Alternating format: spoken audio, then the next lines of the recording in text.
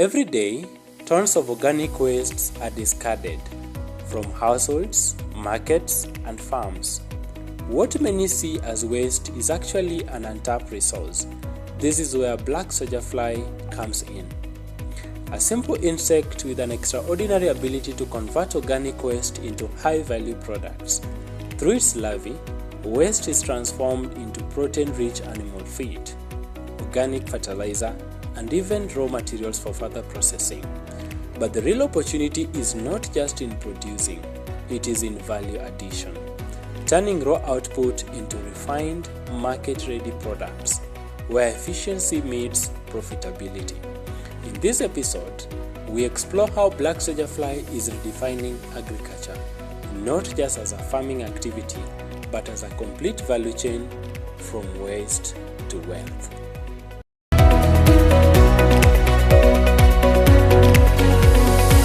Hello, thank you so much for joining us this afternoon. We are having a conversation today, a continuation of a conversation that we had last time, and that is about black soldier fly farming. But today it is a little bit different because we were having several comments and also some calls from people who had watched our previous episodes, and they were asking what are some of the products that we can get from black soldier fly farming. And so today we are having a conversation about value addition in terms of black soldier fly farming. And so I'm joined by our expert who joined us last time, Mr. Kepha Rabon. Mr. Kepha Rabon, please take a moment to introduce yourself once again to our viewers. Hi, my name is Kepha Rabon. I am an expert in black soldier fly farming. I am a trainer on sustainable urban farming and an agripreneur. I also champion youths in agriculture. So that's what I do, and BSF is just at my heart.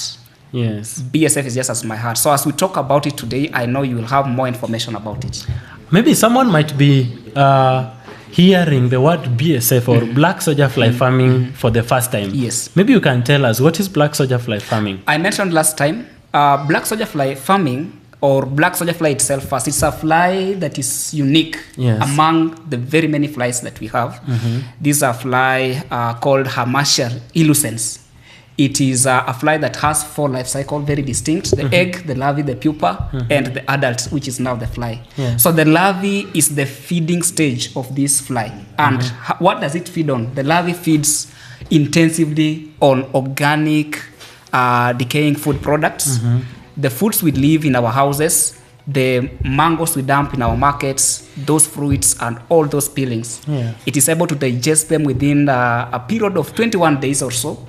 And you have your well decomposed, natural, 100% organic fertilizer called frass. You can imagine. Yeah, I've realized that black soldier fly is getting to most of our institutions, most of the projects that the youths are doing. Yes. So what does it really mean when it comes to BSF in agriculture?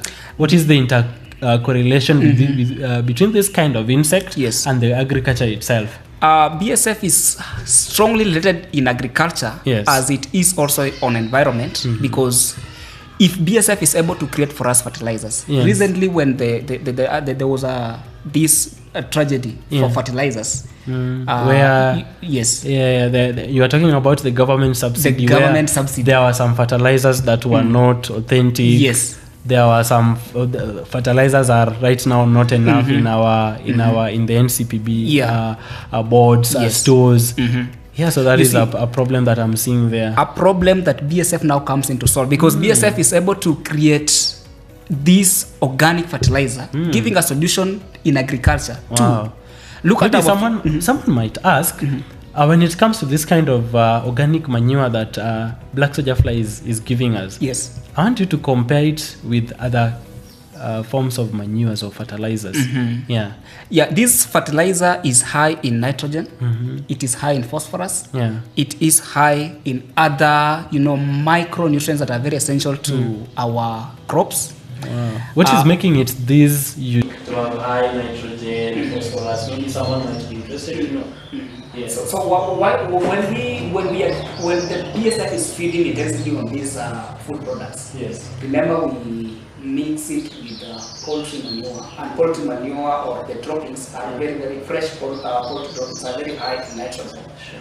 So supplementing those food products. Remember, each food product has its own nutrient percentage and uniqueness. Sure. So that means we are taking a variety of micronutrients, putting them together, decomposing them, and this one is these droppings are just acting as a medium or as a control condition where the fertilizer can drop very fast. Interesting. And that takes me to now value addition in black soja fly farming. Yes. What does it really mean by value addition in BSF? Yes. So as I was mentioning that beside BSF fertilizer, that's frass, yes, the larvae, it is a very strong protein feed for our livestock. Remember, we are having a big problem on our market, especially because when it comes to carbohydrates, roughage, mineral salts, and all those kinds of nutrients, there's no problem, of course. But when it comes to protein, there is a technicality.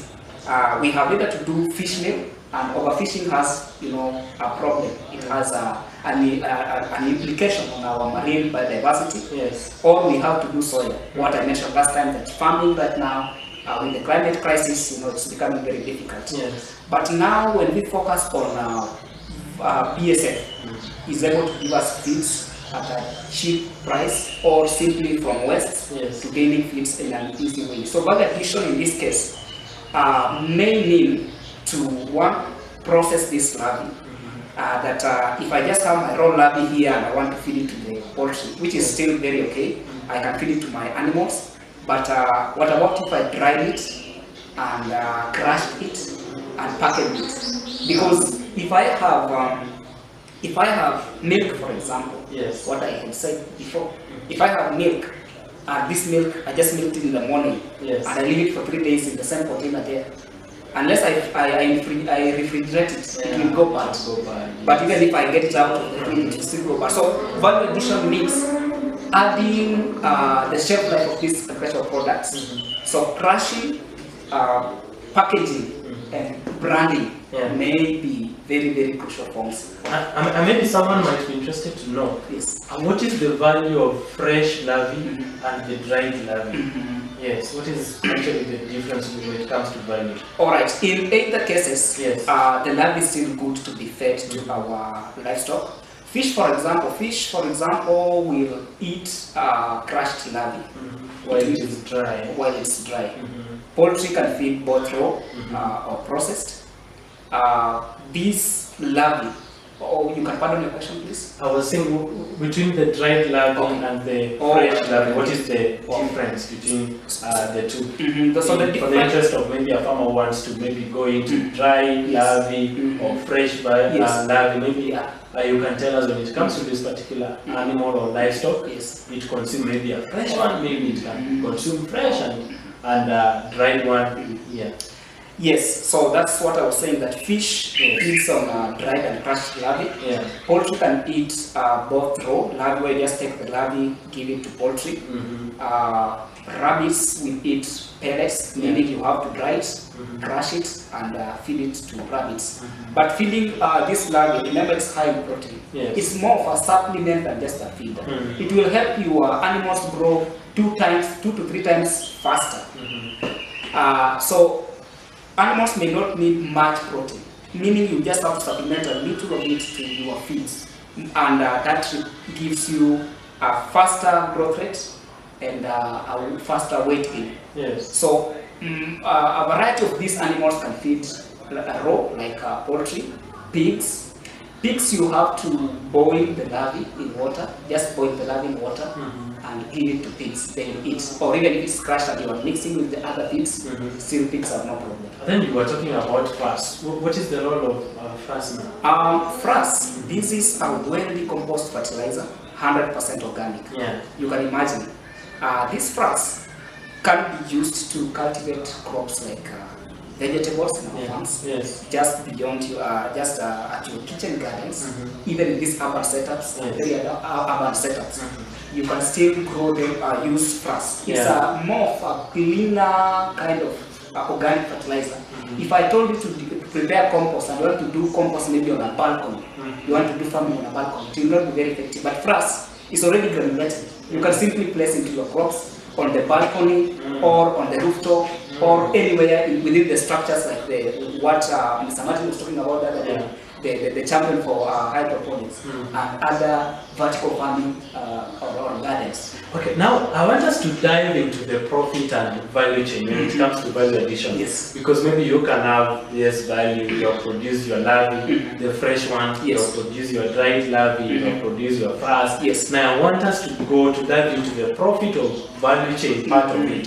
So when it comes to black soldier fly farming, where is money? I want you to locate where money is when it comes to the black soldier fly value chain. I will always term black soldier fly farming as a zero loss business because we are getting money from wastes. Yes. Wastes, we don't buy them. Recently, in my project, when I went recently to the market and I was telling those people there, can I have this banana waste? Can I have this orange waste? Can I have these wastes or pineapples? They told me, take them quickly because they are distracting us. Yes. So from wastes to gaining money is a very direct way. Money is in the BSF eggs. The eggs costs relatively high. Yes. A gram of eggs goes at 40 shillings, meaning a kg would go between 35 to 40,000. Very, very expensive. The larvae, a kilogram of larvae goes for 1,500, and it depends on the stage of the larvae, you can imagine. So frass itself, as an organic fertilizer, you can imagine if organic food products in our supermarkets are very, very expensive compared to these other products. Yes. The same way, this BSF frass is expensive. 50 kg of this or a bag of 50 kg of frass goes at 1,750 Kenya shillings. It is still a good sum of money because the rate at which you produce this fertilizer, you produce it also from waste. You don't really buy materials like you have to go buy calcium, buy water, and process it. Interesting. So when it comes to the eggs, the larvae, the frass, I want to know which one is more profitable in that value chain. All are profitable, but eggs are more profitable as compared. And what should I do to get more eggs? Getting more eggs means raising more flies. So your life cycle will always continue towards the fly.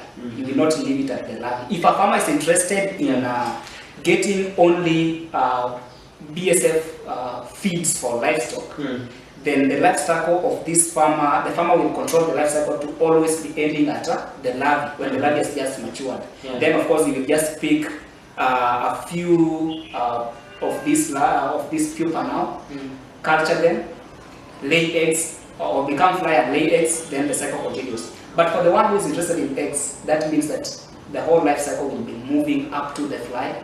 All flies emerge, they lay eggs, and he gets more eggs from those particular flies. Okay, now